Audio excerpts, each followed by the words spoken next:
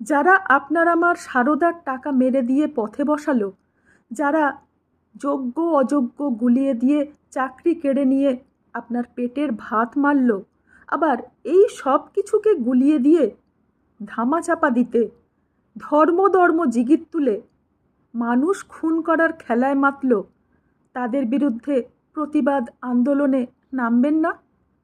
তারা তো ইহজীবনটা বেশ সুখে স্বচ্ছন্দেই কাটিয়ে গেল।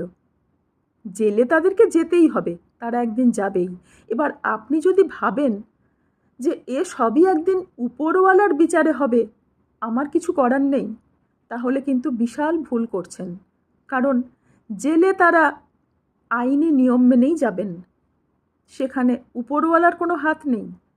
আর উপরওয়ালা কবে কার বিচার করবে সেই ভরসায় যদি বসে থাকেন, তাহলে আপনার কিন্তু কোনো লাভ নেই, কারণ আপনি কিছুই পাচ্ছেন না। যদি তাদের শাস্তিও হয়, আপনার টাকা ফেরত এলো না, আপনার চাকরি ফেরত এলো না, যে মানুষগুলো খুন হলো ধর্ম খেলা খেলে, তারাও কিন্তু ফেরত আসবে না। অতএব এই সমস্ত জালিয়াতি, এই সমস্ত ধান্দাবাজি শেষ করে দিতে আপনাকে আমাকে পথে নামতেই হবে, আন্দোলনে থাকতেই হবে, নিজেদের রাস্তা খুঁজে নিতেই হবে। ভুল করবেন না, ওরা কিন্তু ভয়ঙ্কর ধান্দাবাজ।